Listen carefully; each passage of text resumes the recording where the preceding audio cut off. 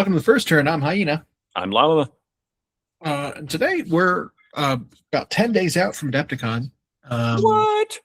I know. Isn't that crazy? Probably do. Maybe we're gonna do official predictions. I mean, we have one more show. Okay. Do it next week. Then. We can do it there. Okay. Because we are confirmed to have a preview show. We have some things. I mean, if you've listened to us before, we've got some ideas of what we might see. There's things being hinted at. There's some leaks that have come out and some things that have been shown off. So we have an idea. But and yeah, we'll talk about has that penciled in 2 hours for it. By the way, this is not a. I will say, last time they penciled in 2 hours. The first hour was like Q&A, like pre-Q&A, and like seating. Took a long time to get seated. Remember when they handed out those like tarot cards? Oh yeah. And that took a. Or if you collect some weird, absurd number of them, you get a prize. Yeah. And the prize was like $10 off. Mm-hmm. You had to get 1 through 10 or something of all the cards, and then give them to them. I would say, like, if you would have gotten that set of cards and just sold it online, you probably would have gotten more than $10. Yeah, they were cool. They were really cool looking. Yeah. Anyway, but yeah, so we got a big slot for that I'm excited about. We'll talk about that. We've got the new Scouring book, which you've started reading. It's cool. God, I want to say on the 40k side, I mean, it feels like they're building up to something. It really does.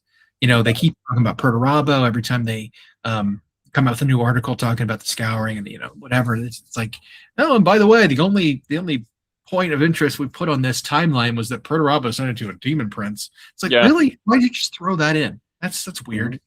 So I fully expect he's going to be next in terms of Primarch release. This is either the longest tease and troll ever, or he's coming. It's also very interesting if you look at the timeline. M31-014 was when the Siege of Terra concluded, and the traders began retreating.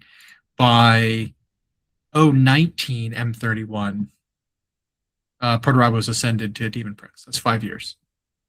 5 years after the Siege of Terra, he's a Demon Prince. That's not very long. Like not most of the Primarchs, granted, they ascended beforehand. They showed up in demon form, but yeah, he they really had to point out, like, oh, by the way, he is confirmed. Yes, a Demon Prince. 5 years. Here's the day and the whatever that he did it. Well, and it's been known. So there's a lot of things. The Horus Heresy itself was always just a mention in 40k lore and like the rule books and whatever, and then they started writing the novels and really expanded it and then made a game, and it took years. It was like 20 years of novels, right? It was 55 novels, 15 novellas and short stories, and then the Siege of Terra, and finally comes to an end. And now they're like, well, this period in between, I think it has even less lore of. You have like an era where the ecclesiarchy got really weird and tried to do a coup to take over. It started another civil war thing, but there's so few details about this. And they're picking specifically the Scouring period. And again, there's few details. We heard at one point Perturabo ascended to demonhood, but we don't know the details of it really. Plus, and that was always so odd to the fans of the lore, because if you have read anything about Perturabo, he thinks the warp is stupid. He thinks the idea of demonhood is stupid. He sees it as something he can harness and use as a weapon. Like, he wants to use technology to do something with it. But he has this moment towards the end of Siege of Terra, spoiler, where he knew that because he was fed up with how Horus was running the war, and that he really didn't want to have it be military and tactical genius. It was just going to be, we're going to trust the warp to give us the power we need to win.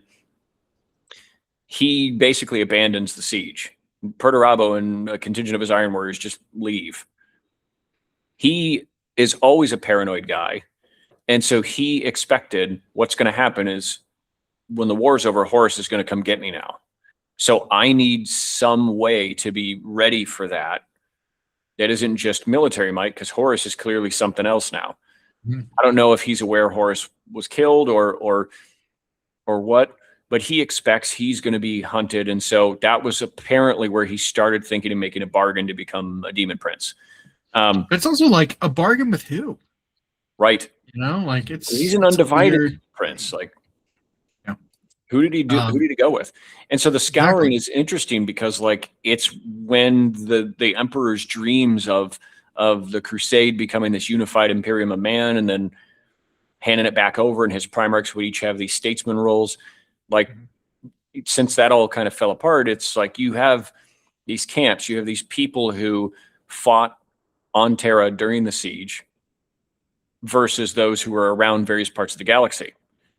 And now they're all coming together to decide what happens next. One thing that's of note is nobody's heard from the Emperor, like psychically, verbally, anything, since he was interred on the throne. And no one on the other side, the traitor side, has heard from the Chaos Gods. Like that, there's just this like absence of anything other, anything from the warp, anything spiritual. It's just not there.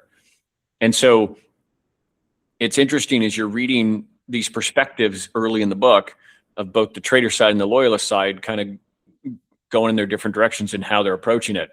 And it's funny because they talk very similar. It doesn't seem like there's much that separates them anymore. It's like it was during the Crusade kind of thing.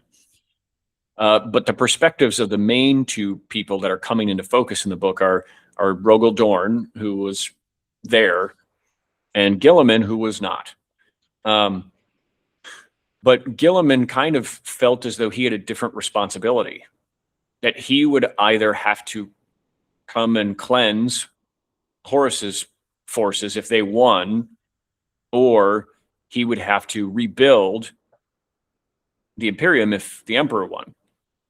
And so he spent all this time back in Ultramar, which was itself almost another empire, right?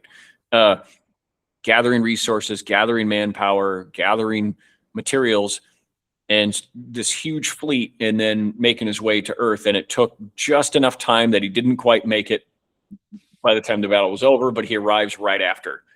And right. So right when people are starving and their buildings are blown away and the air is full of radiation, he shows up with all the stuff to repair it. Not quickly, but he shows up with all the stuff everybody needs. You know, it reminds me of personal story here.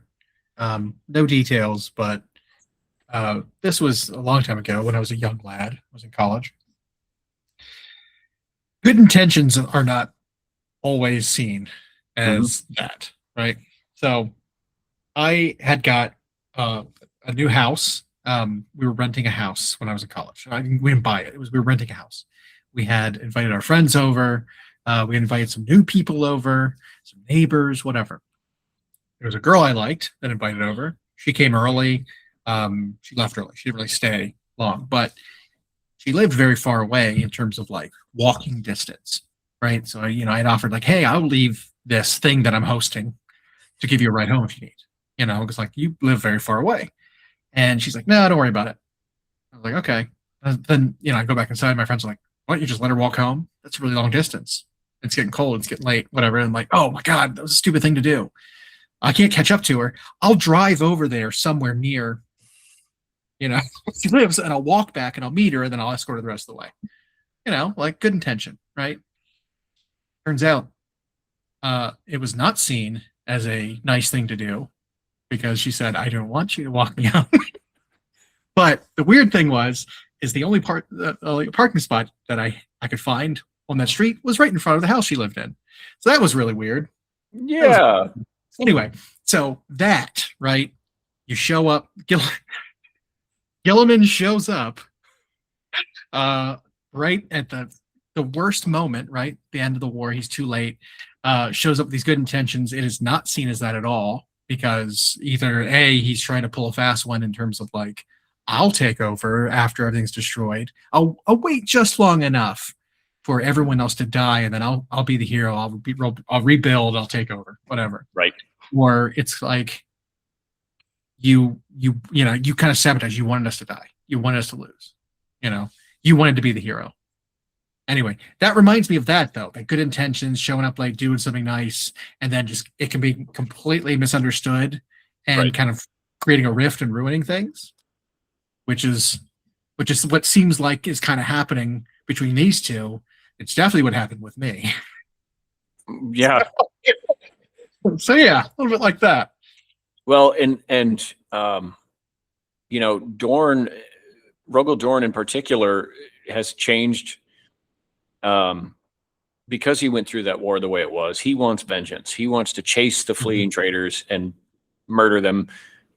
He also spent an inordinate amount of time being manipulated by the forces of chaos to where he believed he was in a red desert with a giant wall he couldn't escape for like centuries.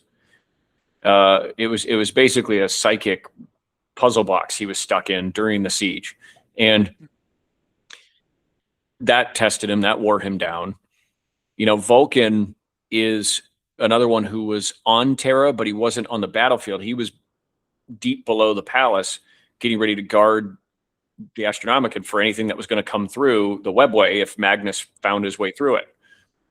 And so he feels like he could have been better used like up on the battlefield or in the Golden Throne Room. He was in the Golden Throne Room because he had the means, I guess, to shut it down if something terrible happened or if Horus got to the throne. All these things. And then, of course, Malkador is killed. And so they've all seen shit. They're all really scarred. They want revenge.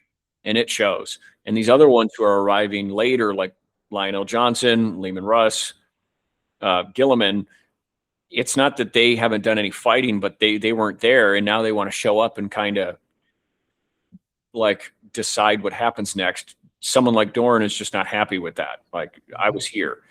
And it's not that they want to be the Emperor. It's like Dorn wants to rebuild exactly what the Emperor was trying to. That's what he promised him when he plugged him into the throne was, I'm going to finish your crusade, basically. Gilliman's like, this is a different galaxy now. We have to think of a different plan. And so they kind of come at odds and create these fractures in the Imperium. And so like the humans, of course, are worried because the Emperor always intended to leave governance up to humans. Mm-hmm. And you can't, and these Astartes are not meant for governing humans. They're meant for war.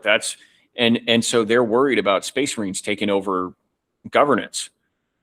But they're the ones making all the decisions right now. And right. So you have these three factions, more or less, just on the Imperium side, let alone the trade side, which they haven't even gone into that far in the book yet. And they just got to see that Astartes were willing to attack the Imperium and attack one another. Like they fresh off the heels of that, Yeah, these Astartes will kill each other and take everybody with them because they're incredible weapons of war. That's all they really are made to function as. Now, the Primarchs are obviously a little different, but even Constantine Valdor was really against the Primarch project. He was around when the Emperor was starting it. He didn't like it. He didn't like what they were, even though he can handle his own and could almost match them like in combat and whatever. He just didn't like that they were made from warp stuff. He didn't like that they believed themselves to be the ones who always knew best. Their power level and their it actually made them dangerous. And then he was right, because look what happened. Half of them turned and, wiped out the galaxy.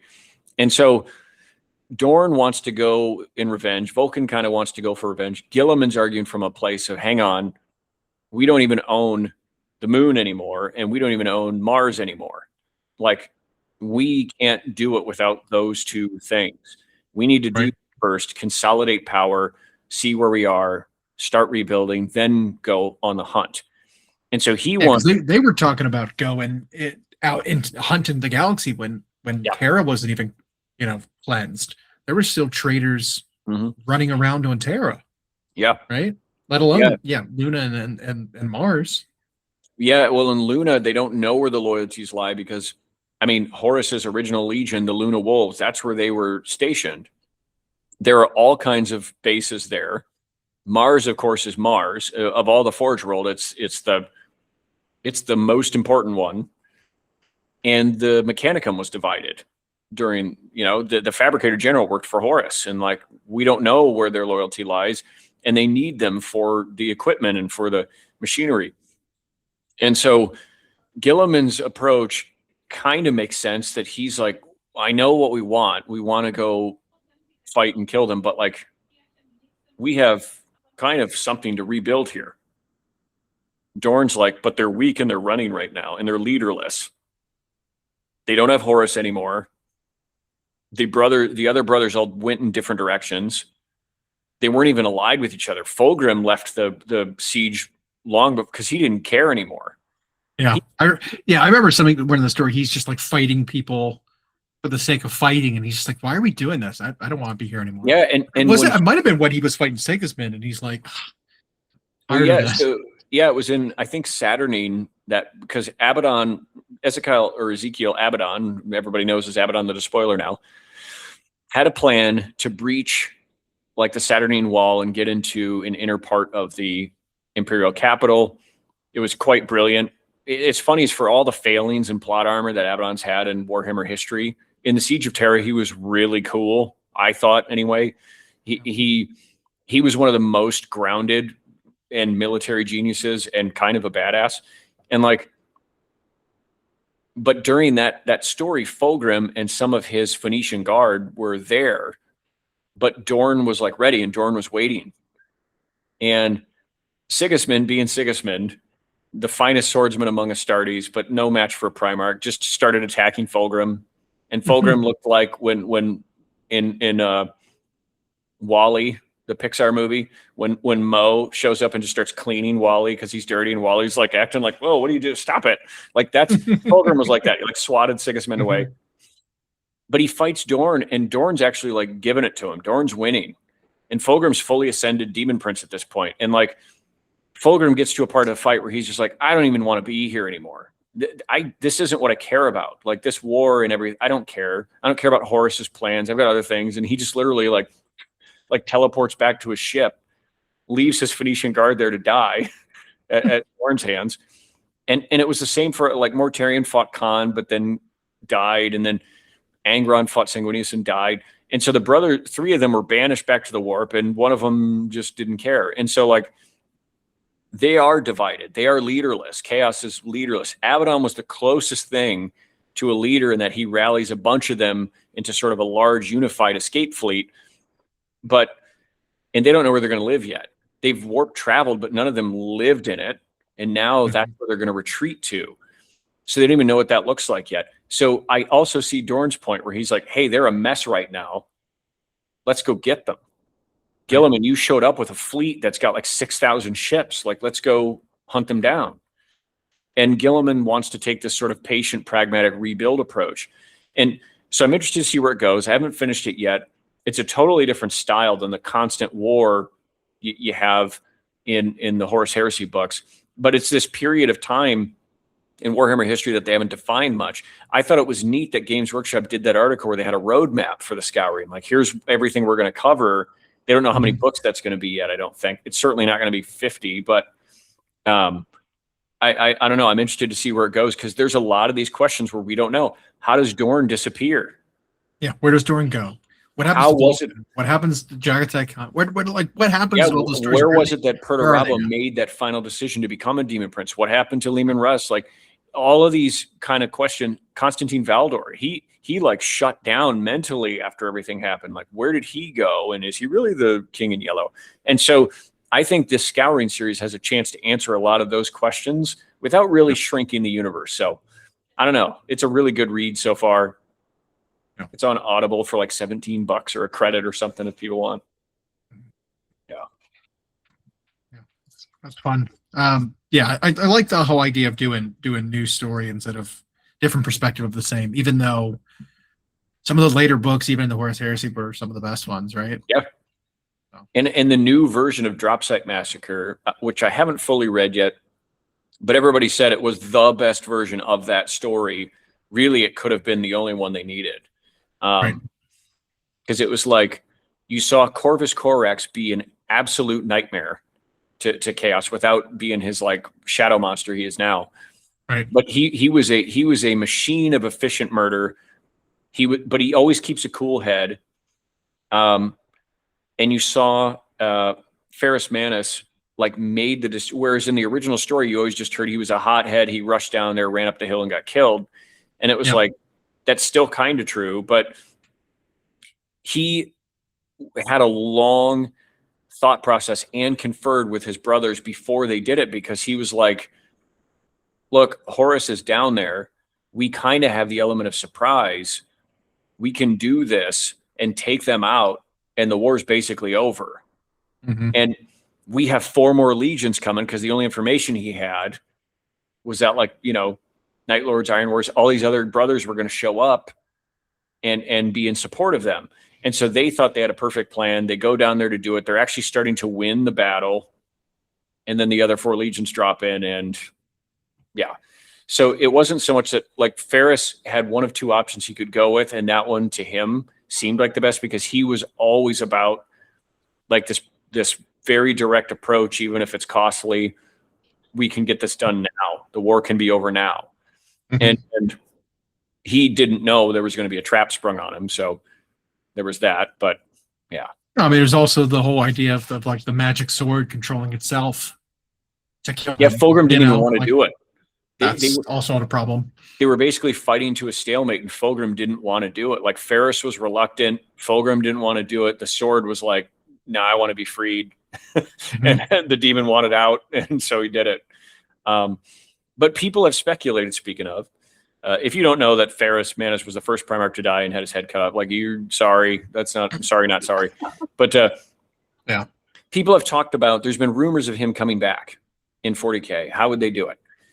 So the first thing we know from the Siege of Terra is that Ferrus as an entity still exists, because Horus had actually trapped him on his ship, the Spirit of Vengeance or whatever it was called, the Vengeful Spirit. He had him trapped on there. Sanguinius meets him when he's on his way to Horus's throne room, basically, and he knows without question that it is Ferrus and not an illusion of Ferrus. And they talk for a while. It's a really cool scene. But we already know that the Primarchs are much more than just superhuman. They're like basically trapped entities of order, demigods of order, and the ideals of man throughout history that have manifested in the warp. Some are nascent, some are mature but lost or whatever. And the Emperor basically went and stole them from warp space and put them in these superhuman genetic bodies, the technology for which to create the Ultima gland or whatever he's destroyed. But so it's hard to say that they ever really die, like short of Horus. Except for Horus, whose soul was literally deleted.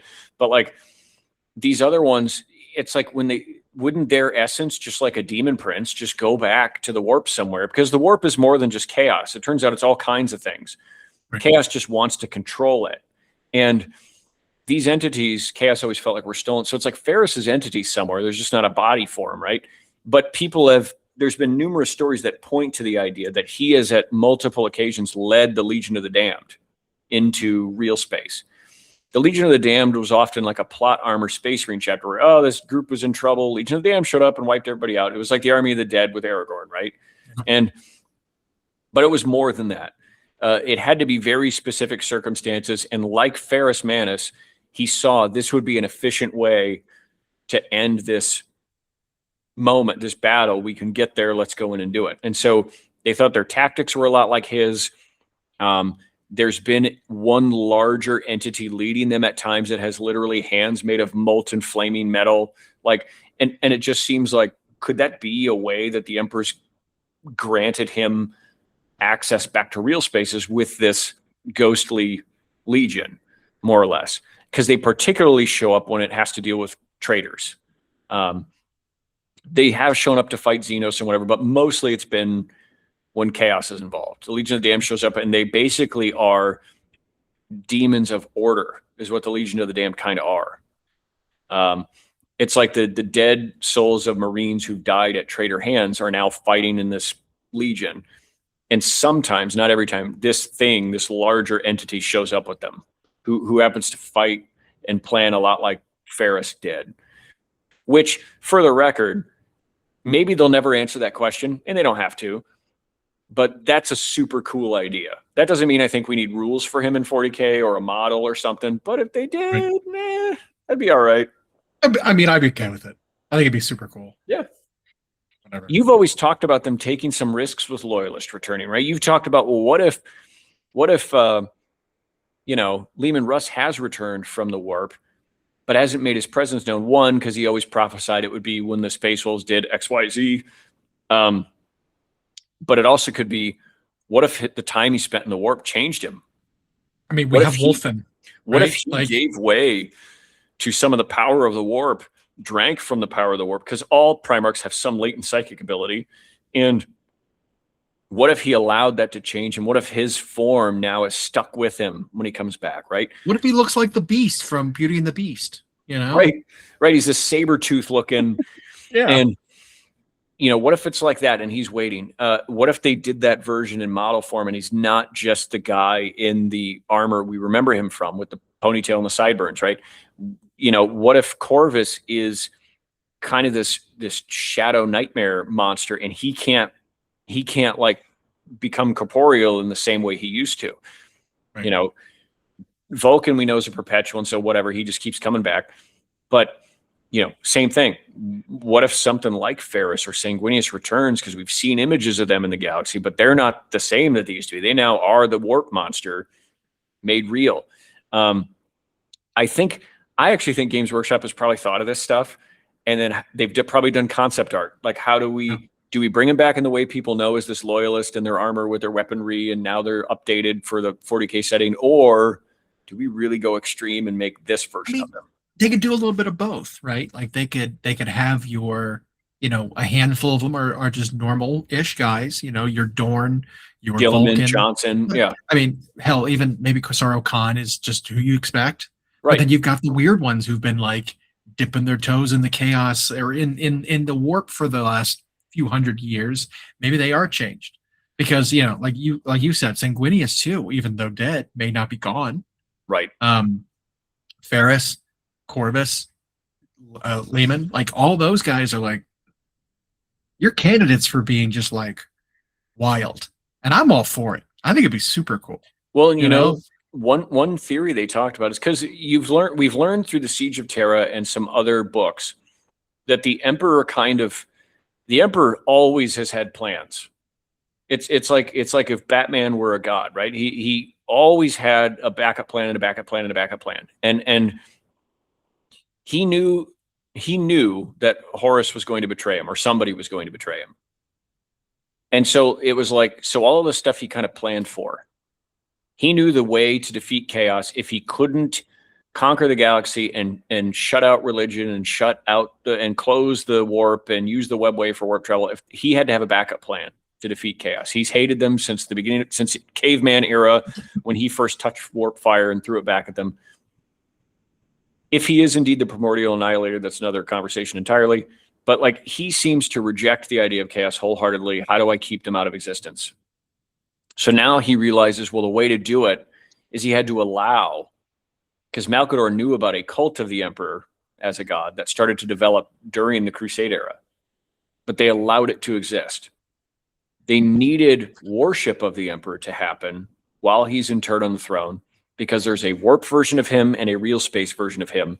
And he needed that worship to grow because it could make him powerful enough to fight warp entities. And so he needed something like Ferrus Manus dying when he did, so that he could use a warp version of him in the form of the Legion of the Damned to hunt chaos in a way that mortal humans couldn't. He needed Leman Russ and Constantine to have these super crazy weapons that are like half warp weapons, half real weapons, to fight chaos in a way that mortal stuff couldn't. He needed Constantine to carry on his mission as the King in Yellow, unless it's somebody else, which I doubt, in a way no one else could. He needed this stuff to happen. Maybe he needs some of his sons to be like their warp form to fight the battle that the mortals can't. And so it's like he needed these things to happen the way they did. And so even though we see them as tragedies or defeats, or it's like, well, he kind of wanted it to happen this way, maybe. And it seems like with 40K storyline, they're really building towards something big, and that could take 10 more years, who knows? And I don't think they're going to have an end times 40K and then launch a whole new game or anything. But like, I don't know. It seems like the idea is becoming less and less weird, because I was a naysayer of that. Yeah. It's becoming less and less weird to me of if a couple of these loyalist guys come back as something far more extreme than just a Primarch in fancy armor and slightly older. One other theory, by the way, is that Perturabo's been keeping Dorn prisoner this whole time. And with Perturabo getting a lot of attention and him getting potentially new, his Legion getting, updated, he getting maybe a model, maybe, that could be something where it's like the pursuit of Dorn, and like Perturabo is pursuing an escaped Dorn. Like that's the story, is they discover like Perturabo's fleet, and they're like, what is he doing? He's chasing somebody. Who is it? And it's like Dorian's like riding out on a motorcycle, and they're like chasing. Well, we talked about this, I think, last week a little bit. It was just weird that it's like Dorn, a Primarch, just went missing on a routine boarding action. Like, how would that happen? Like a Primarch they don't walk into traps like that typically, and then a boarding action, like what, did some guys with shields take him? So one thing was they thought, well, maybe Perturabo set some elaborate, now that he's a demon prince, set some elaborate trap for Dorn, and he has held him ever since, which is a nightmare for Dorn because he was a prisoner in his own mind during the Siege of Terra in the desert, and et cetera, et cetera. But now it's like Perturabo is clearly working on something. He's working with Vastor, who's working with Abaddon. They're working on something. They really want to take Mars. They really want to get rid of this gate that Belisarius Cawl created that allows Guilliman to travel back and forth to both sides of the galaxy. They really want to do something to disrupt the Golden Throne. Whatever it is, they've got this plan that's coming to fruition. And Perturabo would love nothing more than for Dorn to be stuck in a cage to see the place he's supposed to defend fall. Because Perturabo never felt like he got that great victory over Dorn that he wanted during the siege. Like they're kind of opposite sides of the same coin. Yeah. Kind of one builds giant fortresses, and one destroys giant fortresses. Yeah. It's like that H match of the century kind of thing. This was a matchup, it was destined to happen, and it just hasn't yet. Yeah, it's the Ali Frazier, right? Fight of the century kind of thing, with two contrasting styles. And while like, Dorn held out against Perturabo on Terra, but then lost in the Iron Cage event, which I imagine the Scouring series is going to touch on, because it looked like it was on GW's timeline for this stuff. Yeah. The 2-year siege of Olympia to establish the Iron Empire and the Iron Cage. Right. I know the Imperial Fist suffered, kind of go together. Suffered some humiliating loss there. But like, those two have been rivals in one way or another, more so on Perturabo's side. I don't know if Dorn cares which brother he's fighting, but like, so if that's true, if that's why Dorn's been missing, or Dorn's been in hiding, maybe he knew what was coming and he's been waiting for Perturabo to emerge, and he's going to show up to fight against whatever the case is. I don't think those are going to fall. I think those might follow each other. If we get a new Perturabo model, Dorn might not be that far behind, of all people. Right. I mean, Lion kind of came at the same time as Angron, right? And they fought right away. Could be something like that. Yeah. And I think but I'm glad also that they're taking their time. I know people get excited and they want another Primarch model, but it's like, there's only so many, and then they'll run out, and then what? Then we start them over, I guess. So I'm okay that they're taking their time, and that they're writing these novels that are now tying up loose ends, that are hinting at stuff that may be coming. Because we talked about how the Siege of Terra set up a lot of stuff in terms of the Emperor's plans and what the Primarchs all went off to do. And then the Scouring is talking about a lot of stuff that's never been talked about, and shows us how some of these mysteries maybe happen, how some of these Primarchs just went missing. And then these current novels, like you've had some Ultramarines ones with that Sixth Company guy, and then you've got like these Belisarius Cawl books, and it's really showing what's happening now. And a lot of the stuff points back to stuff from that era. So I don't know, I feel like they're writing all these stories to go with the game, which is pretty great. I mean, I guess when you've got lore as rich and deep as the Warhammer 40k universe, you can now do that and have them coincide. And then they're doing it alongside video game releases too. They're really hitting you from you got Dawn of War 4 and Space Marine 3 and all this, and Total War Warhammer 40k all coming. Like, yeah, it's pretty crazy. It is a coordinated effort, that's for sure. Yeah, and even though you and I prefer Age of Sigmar as a game, and really the models, like the 40k lore is great. It just is. Yeah. And the setting's cool. But I like it more for that than I like the game itself. Right. Currently, you know what I mean? It's super interesting story, interesting lore. It's deep and it's mysterious, and now it's evolving. Like it is interesting. I've seen people who it's funny is seeing the contrast of opinions on it. Like I said, I thought Abaddon was great in the Siege of Terra series. And in the current lore, I think they've done a good job of backing Abaddon off in terms of like they don't name drop him as much. Because you had a stretch of time from like 2nd edition when he first got a model, what was that, Jess Goodwin's model, all the way up to like 8th edition. Everyone laughed at him because he just failed every crusade. Is what it felt. They called him Failadon was the meme online, and he only survived because plot armor. And it felt like that because they always tried to write from the perspective of the Imperium, and oh look, they held out like the Alamo because for some reason every battle is like that, and everyone survives down to the last man. But now they've started to rewrite Abaddon in particular in a way that's neat. Not only did they write him better during the Siege of Terra, but now when they've touched on him in 40k, he's almost like this guy who's untouchable. He's the War Master, and so like not everyone just has an audience with him. So it's like guys like Vastor get to talk to him. And then when you read these like Archmagos, I think was the 3rd book in the Belisarius Call series, which there will be more. You read Vastor has no respect for or reverence for most Chaos Lords, most Chaos Champions, most Sorcerers, anything. But he talks about Abaddon in a way that he respects him. Like he even says to this Iron Warriors Warsmith, it's like Abaddon doesn't even know your name. He doesn't care what you're doing out here. Like you were nothing in this overall thing. And like the fact that he talks about, they're trying to like rebuild Abaddon's character. And so it's funny is we get the Red Corsairs guy, right? Who's super cool. The model's great. His lore is great. They're making him cool again. And people are like, oh, we need him to be the new War Master of Chaos. It's like, but then you read about how they've rebuilt Abaddon's character and even the relationship the two of them have. And it's like, no, Abaddon's awesome. They just spent too many years writing poorly about him. So it's like, I don't know, I'm able to separate the two and see this kind of way they're writing him now. And it's a shame that they spent 20 years just making him trip over everything. But just a punch. Yeah, I think not even losing, just defeating himself. It seems. Yeah, like. He's just never stepping meant to backwards win. And trips on the rock and whoops. Yeah.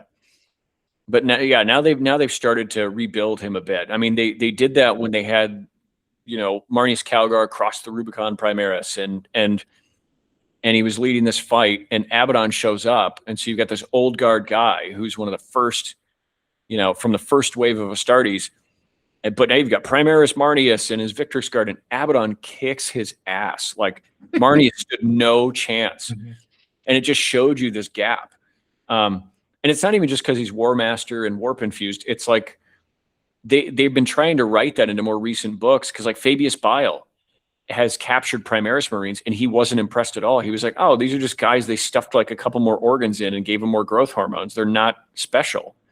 He was disappointed. That isn't what he wanted to steal from Cull. He wanted Alpha Primus because this guy was special. But he himself was of the old guard, right? And so whenever Fabius encountered a new Space Marine captain or a Primaris guy, he wasn't threatened by him at all, even though he's just a chirurgeon or an apothecary type guy. He wasn't nervous about them at all, and he would kill them like it was nothing. He talks about how the old guard, the like first Astartes, were so much more powerful than what they've become since. It's like they're diluted. The Primaris are better than more recent crops, but they're not better than that first wave of Astartes. And Abaddon's that old guard guy. That was even Sigismund when he's talking to his sword, which I'm pretty sure was a demon sword. He was like, none of these guys are a challenge for me. I need to fight the old guard. I need to fight Abaddon. Like he does it for another 500 years, but still. So Abaddon is like, they're rebuilding how badass he is. And that's going to take a while. Repairing his image and reputation. It's going to take a while before the masses at large believe it, because not everyone reads the books. And so, but I think he's actually a lot cooler now. So no, I don't think what the hell's the Huron, right? Huron Blackheart. Yeah, I don't think he's going to take over as War Master. I think he's just another very dangerous figure. I don't think there's any chance of him doing that. Like uniting the Chaos Legions. Like he's a pirate. Why would he want to do that? Right. You know, maybe he's got a fleet, maybe he's got an armada or flotilla, whatever, and he's, you know, carved out a little piece of space for himself and his empire, his reavers, whatever. But like, he's not going to take over the mantle and just be no, and that's pirate king of chaos. Or whatever. It doesn't even seem that's his goal. I mean, yeah, you have to broker with him if you want safe passage through the Maelstrom, which is the second biggest warp storm, I guess. But like, I think he's probably happy with that. Yeah, because even Abaddon's made deals with him. It was like, hey, we need to pass your area. Here's some Blackstone. Let me through. But they don't. I don't think they feud with each other. I don't think Huron has designs on that role. I don't think that's what he wants.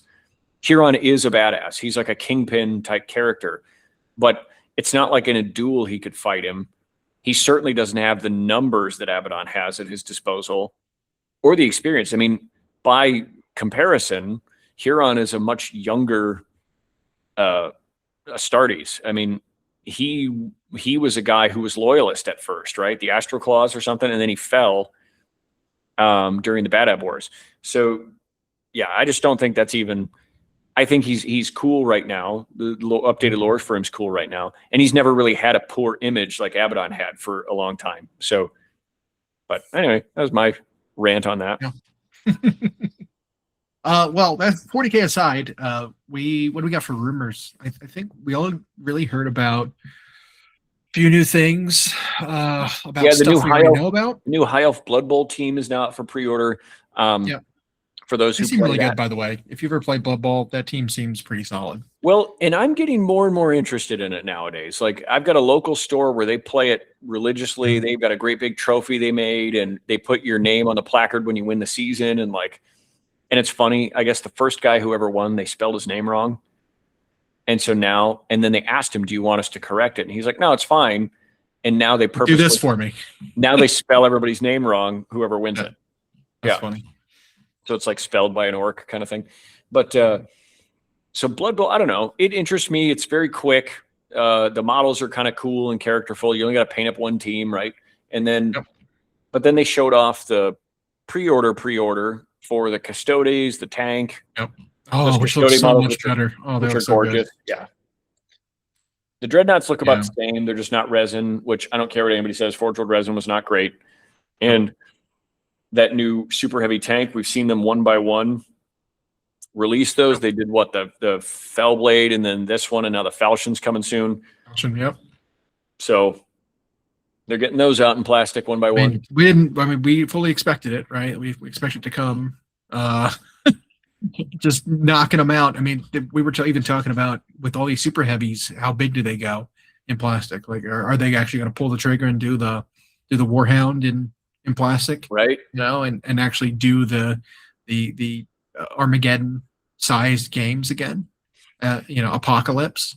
That was I wouldn't say it was a popular format, but it was fun. Right, like I've played a couple Apocalypse games. Like it's not something I played regularly. It was a big event. It was always fun, but yeah, I mean, bringing that back will really appeal to some people. I think with 40K especially, although you and I took part once in an Age of Sigmar campaign where we brought everything we could to a battle at the end, but like in 40K, it's always been a thing because you have these super heavy tanks and fortress size war machines and monsters that are taller than buildings, and it's like there's always been an appeal to, well, how many points do you have in total? And so people would show pictures and whatever. I've got 25,000 points, or it's like, but you can never play all that. So Apocalypse, when it first came along, very rough, although the rules much more recently, I don't know if it was 7th or 8th edition where they had them, they were pretty good. And they don't make it like a matched play thing. It's just like a for fun thing, like Crusade or Combat Patrol. But it's really cool, and that's the only place you can really bring this super heavy stuff. Forge World made all this stuff for years. Forge World's kind of been, it feels like they're slowly going away. Now they just do some specialist things in resin.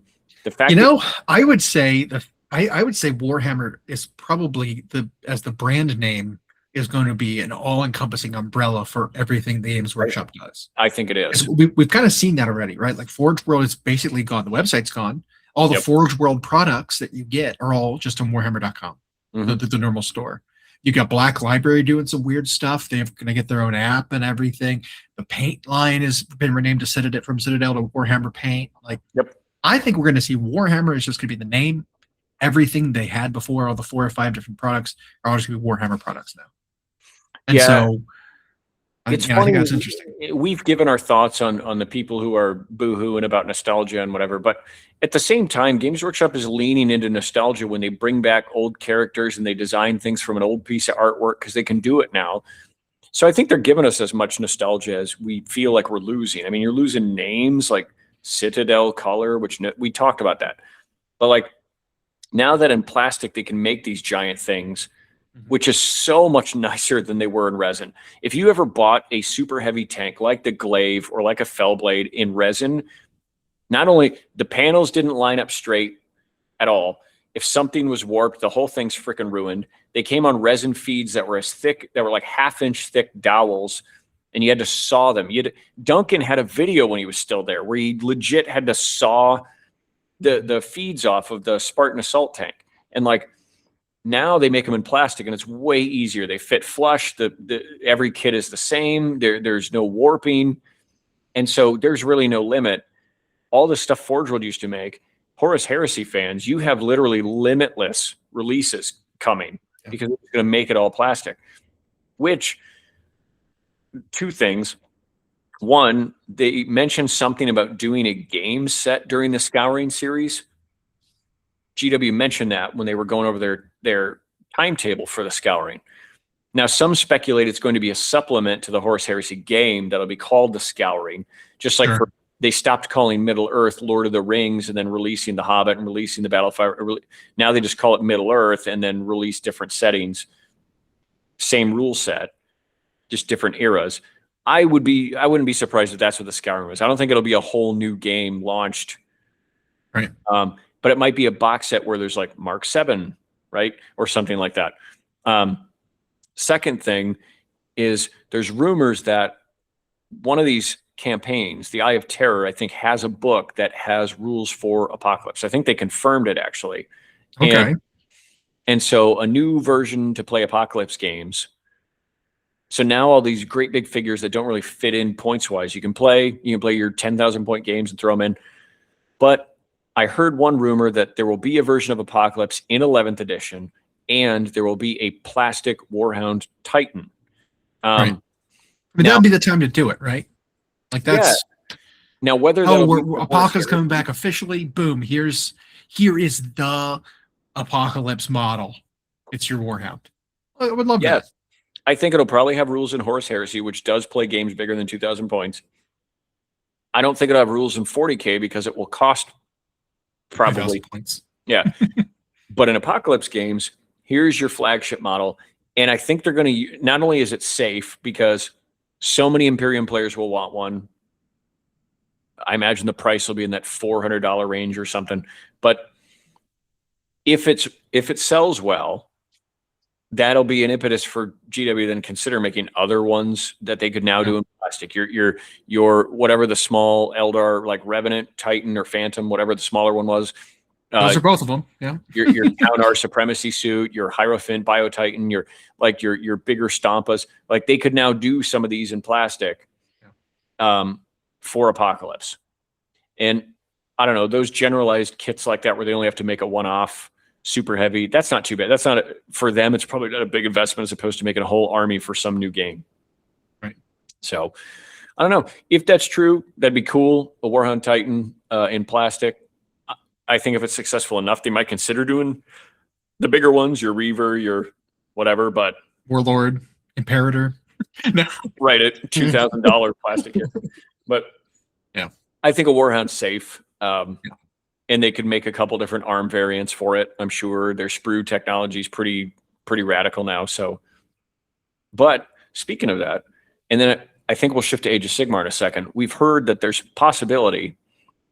For those who remember, in 10th edition, we got this wave of Space Marine characters for first founding chapters. They gave each the Raven Guard, the Salamanders, the White Scars, the Iron Hands, and was there another one? Imperial Fists. Yeah. Imperial Fists, yeah. Each got Torgaradon. Yeah. they got a new Lysander now. Also. Lysander too, that's and right. Salamander's got a new Vulcan Heston, right? But the other three, White Scars, Raven Guard, Iron Hands, all got a brand new character. And so the point was we got this wave of new plastic first founding chapter Space Marine characters. They each came with their own little rules and they're pretty good. The models look great. But Space Marines, you really have no limit to what you can make, and it'll work. So another thing they're talking about is from Forge World stuff kind of going away. Well, Forge World used to have literally endless rules for Imperium stuff. That was, I think, one of the reasons why Forge World, not only was the resin stuff expensive to make and it didn't always look good, they had too many things for the Imperium specifically. No other army got that love. Space Marines and Imperial Guard had 1,200 some units that were Forge World. And so when it came to like tournament match play, it was super imbalanced because if Forge World was legal, they just had way more options than everybody else. But there were some fan favorites that were from second founding and successor chapters that had Forge World models but never got GW rules or GW plastics. One of them is, of course, Tyberos the Red Wake, who's this Terminator suit wearing guy who's like Abaddon in size for the Carcharodons, the space sharks. He's a massive fan favorite. Another one was what was the second one? Oh, Gabriel Seth. He wasn't Forge World. He had a GW model, but I think it was only metal and then resin. Who's the chapter master of the Flesh Terrors, which were the successor chapter of the Blood Angels, and he became disgraced, but then like re-won loyalty and has to do this thing forever now, like as a penance. And then the third I heard mentioned was Laius Isidon, who was the leader of the Raptors. And he never got a model, but he had rules and then I guess was important in some story. Well, the Raptors, people noticed, their chapter has received decals on the standardized Space Marine kits in recent years. And then there's been rumors of Tyberos and Gabriel Seth getting plastic models. So the rumor is there could be more than these three, but there's going to be these second founding or successor chapter guys. We get a wave of Space Marine characters for them. And then they'll do like nothing more than that, but then like an upgrade sprue to make your standard Marines fit these successor chapters, and then like a detachment. And so instead of getting a whole codex of your own, because we don't want, I'm going to be on, I don't want at least a Warhammer 40k game where there's 54 armies and like 30 of them are Space Marines. Like, but you give them a detachment, you give them the character with cool rules, you give them an upgrade sprue. I think that's a fantastic way to give them some love, make them feel included. Who wouldn't want to see a new Gabriel Seth? His model is old. Who wouldn't want to see Tyberos in plastic? Oh, I would get Tyberos in an instant. That model, I mean, that guy is so cool. I mean, I think there's at least 3 or maybe 4 other named characters that are kind of candidates for updates too. Obviously, we talked about fan favorites and like chapters specifically from Forge World. Blood Ravens is one of them. Blood Ravens. So you've got what's his name from Dawn of War that could potentially get something. Gabriel Angelos. Angelos. And you've got Dawn of War 4 coming. Yeah, absolutely. Yeah. The Red Scorpions had a named librarian. Severin Loth, I think his name was. He had a model. Yeah, he did. Yep. The Minotaurs guy. We talked about. Yeah. What's his name again? He was Asterion Moloch or something like that. Right. Was the chapter master of the Minotaurs. Super cool, like Spartan. Asterion Moloch. Yeah, he looked. Yeah. And it's funny is they have ties to the Inquisition more so than like loyalty necessarily to Space Marine doctrine, but yeah. And then there was the chapter. Cool. There was a chapter who had a dreadnought as the lord. No! Well, there was a Red Scorpion named Leviathan Dreadnought. Right. I think is that the one you're thinking of? That might be it.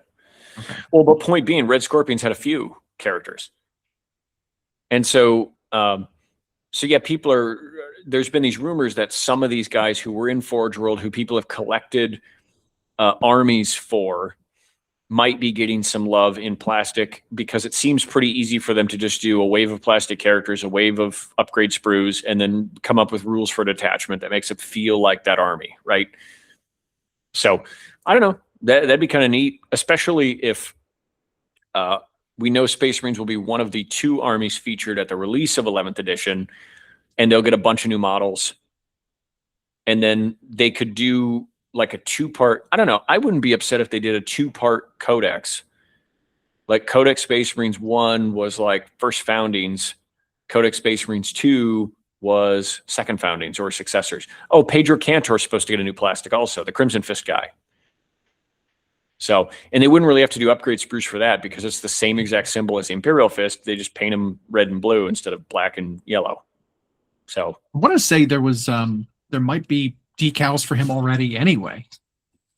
And he's got an old model somewhere that's now resin, right? And there, we know their chapter was refilled with some Primaris Marines. So they exist now in the current galaxy. They hate themselves some orcs, like, and orcs are a feature villain in the new edition. Yeah. So yeah. Speaking of that, we had that one orc model tease we were talking about last week. Supposed to be a lot more coming, so which is really exciting. And again, a little bit of a spoiler about previews, but like, do we think we're going to see 11th and that starter box teased in Adepticon? I think that's almost for certain. In fact, I think the reason they have 2 hours penciled in is because they're going to spend a great deal of time on 11th edition. So if you remember when they teased 10th edition, they did something we don't normally see. They showed us what the new data cards would look like.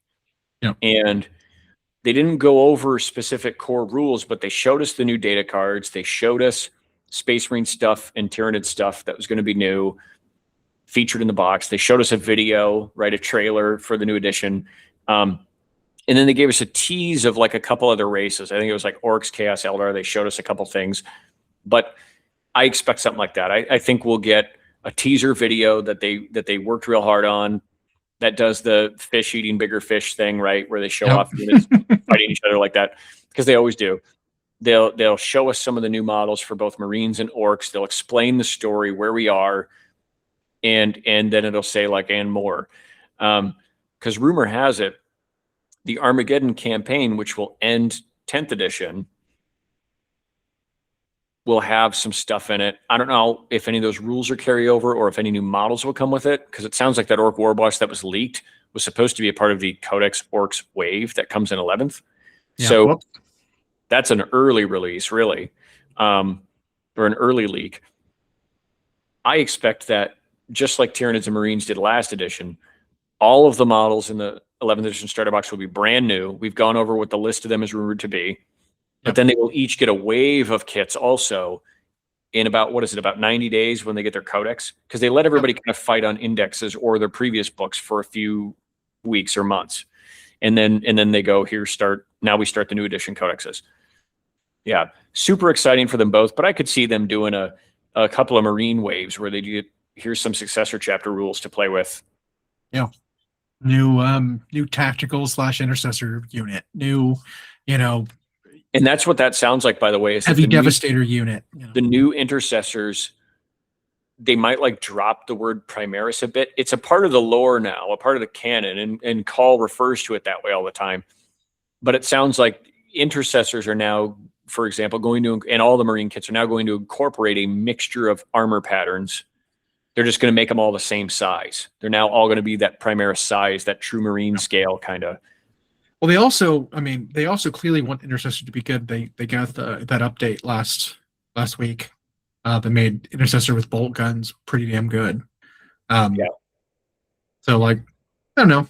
I mean, it's kind of I think what the plan is, just a slow burn, but they've had the whole time where it's like, hey, this unit is going to replace the old one, but we don't want to just like remove it and make your models you have invalid.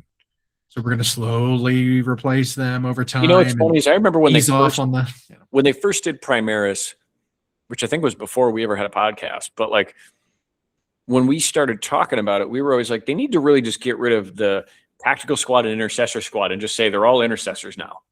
Yeah, and easy, because they're all on 32 mil bases, they're all whatever, And now it seems like they're kind of doing that. It's like the old tactical squad Band-Aid will be ripped, but we're going to give you helmets, shoulder pads, guns, whatever that look like that, so you can just mix them in, and now they'll all at least be the same height. Which is fine. I mean, maybe the same thing with Devastators, because we're getting new heavy, heavy weapon teams basically that have multiple different weapon options, that kind of thing. Yeah, they've just done that from the start. Like now it sounds like the Outriders will have more weapon options and not just the twin bolters. They'll get some character support that can ride along with them. All that stuff. There's been rumors of a new Rhino variant, or just Rhino in general, that will be a little more upscaled, and it will just be but then they have to give the Impulsor a different role, right? So that'll be interesting. It's like the Rhino is one of those that's so iconic they're afraid to ever get rid of it, so they're going to keep it. But the current kit just doesn't fit what new Marines look like. So. Is the Impulsor going to replace the Land Speeder? So it wants to like usher scouts around and be quick because it flies.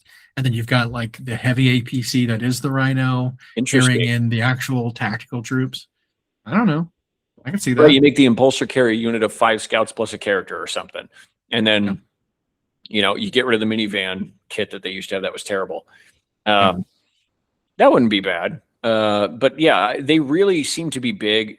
We saw it with Age of Sigmar, at least. They really seem to be big on now giving units a very specific role instead of everything has a generalist role and you just pick whichever one's mathematically most efficient. So that would be neat to see them lean into that a little more. I don't know, not so bad.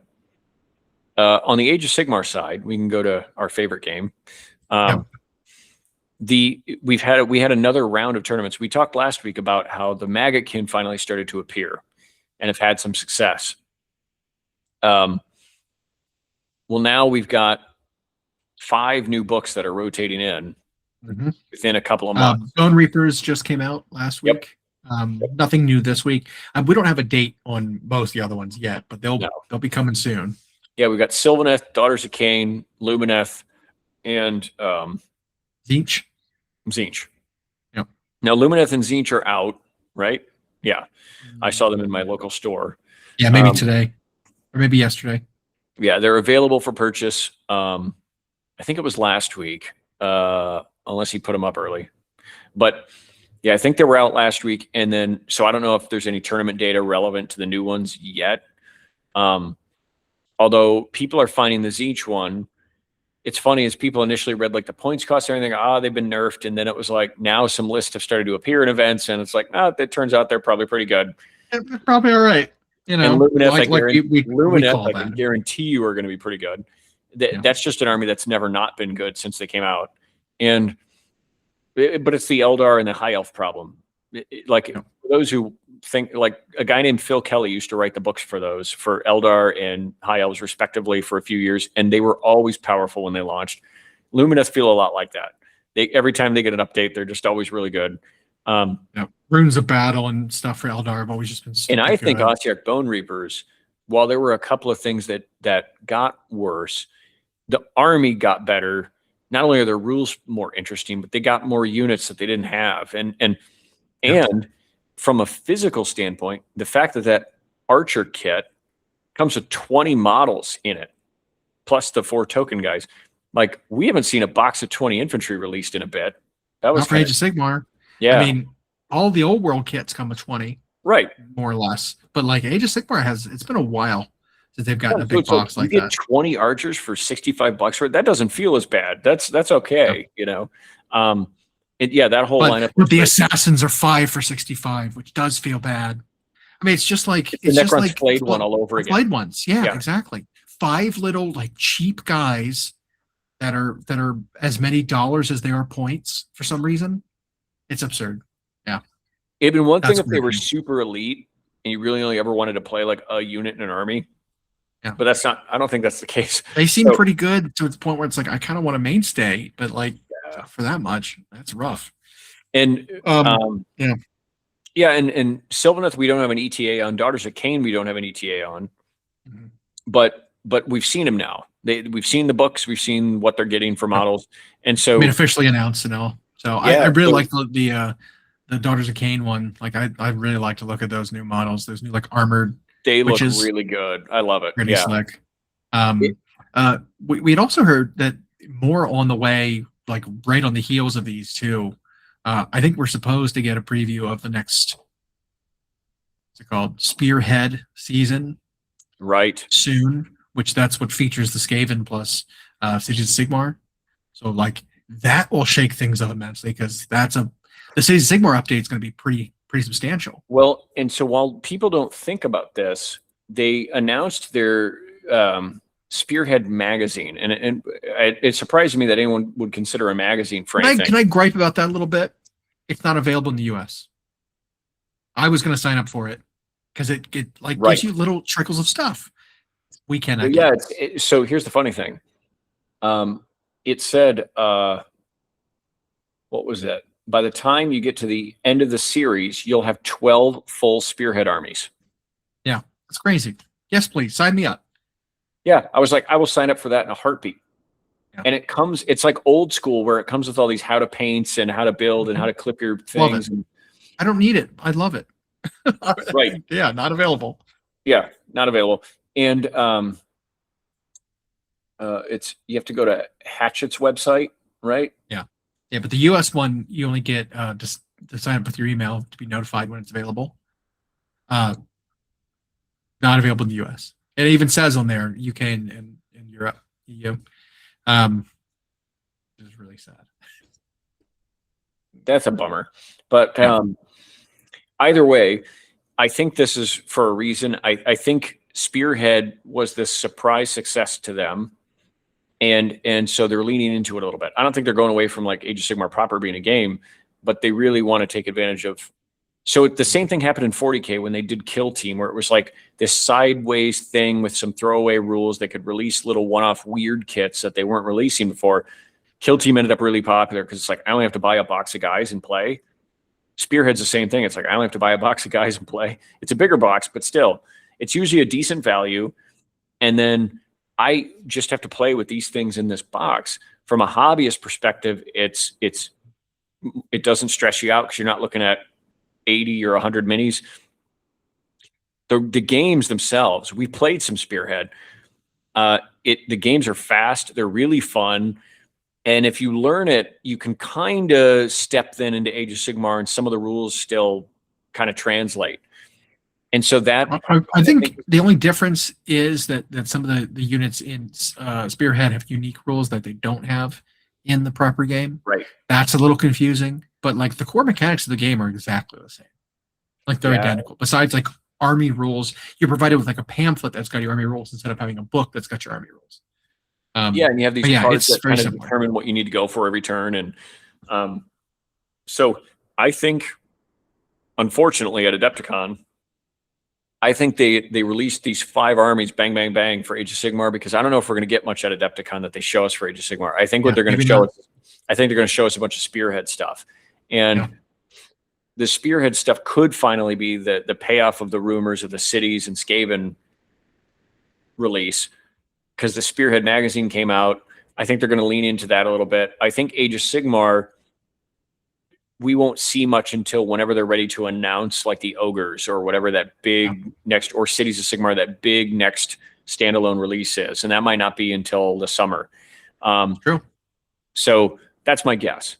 What we do have coming, obviously we've got Cities, we've got Skaven, we've got Dwarfs, we've got Ogres, we've got a new character for Gargants. Like those are the things we're waiting for. There's a new rumor added for Seraphim that they're going to get some kind of. I mean, we know they're wanting to update their monsters to get them up to date. And some elite there's also Temple Guard. There might be a new dinosaur coming as opposed to like just redoing the current ones. I could see the Troglodon kit going away. That's the Carnosaur Troglodon. It's older. Krokgar is the model that's on there, and he's just an old world thing. Well, and now they've made a Saurus old blood guy riding the Agrodon thing. Yeah, I mean, I could see them cutting the Triceratops, which is called that they call a Stegodon for some reason. Stegodon, which I hate. Yeah, those guys, I could see them going away and being replaced with more Age of Sigmar-ish dinosaurs. someone, one of the big rumor mongers had pointed out that there was one coming, and to think about like a coatl as the blueprint for it, which is like kind of a snaky flying lizard bird, feathered lizard, very dinosaur feathery, thing, lots of like gold, bands cool. and stuff. Yeah, because Age of Sigmar really deviate. Age of Sigmar is very high fantasy, and I like that they've created some of their own monsters, and so might be sad for the Lizardmen fans who came over from Old World and still have all their stuff, but I imagine that stuff will get ported back to Old World, and what'll happen is we'll get new Sigmarized Seraphon. Because the last round, they really updated a lot, but they needed a lot more. And so maybe they do have a big release coming this edition still. Maybe. Be cool. But I just don't think, I unfortunately... I still think we're going to see it this time. Yeah, the pessimist in me doesn't think that in 10 days when we're at Adepticon, I just don't think, and we'll make our official predictions next week, but I just don't think Age of Sigmar is going to see that big of a thing. It'll be like Spearhead and 40k New Edition. Maybe a model and a book that's going to be out next. Here's the next 2 armies coming out. I did hear rumors resurface, however, of Horus Cole Ascended. Good. So just like we got, who was the Stormcast guy with the Skeletor mask who got... Ionis Cryptborn? Yeah, he got that new model on the dragon. And so you and I had talked way back then even about his like old enemy.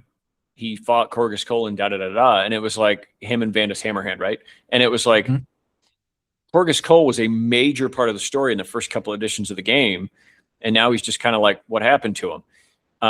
Well, he's still present, but there's been lore that he's ascended, that he's become more, maybe not necessarily a demon prince, but maybe a demon prince, but also maybe riding something. They got rid of the great big Forge World Corn model that was a guy riding a dragon. Because again, like so many Forge World things that didn't fit into the lore anywhere, they had their own rules that didn't make sense. And Forge World only made like 5 things for Age of Sigmar.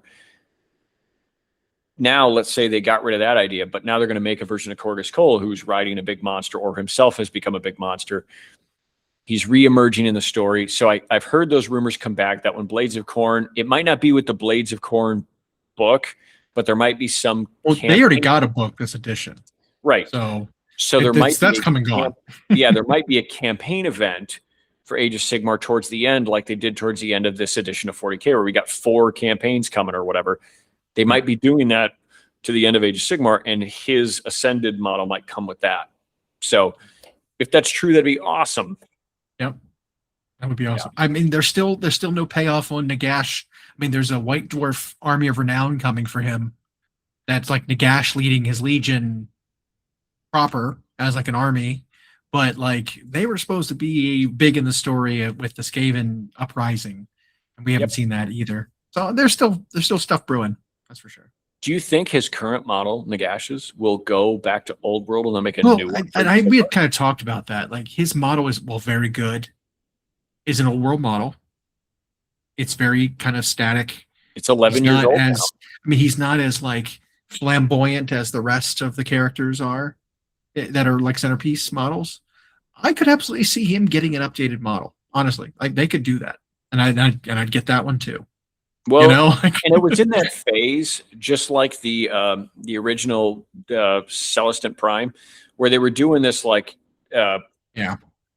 this like Laffy Taffy, stretch him out and have him stand on a tornado of very flimsy plastic, and like, but I'm going to imagine that in, for example, Total War Warhammer, where they're coming up on the End Times events, they've got Nagash coming as his own faction.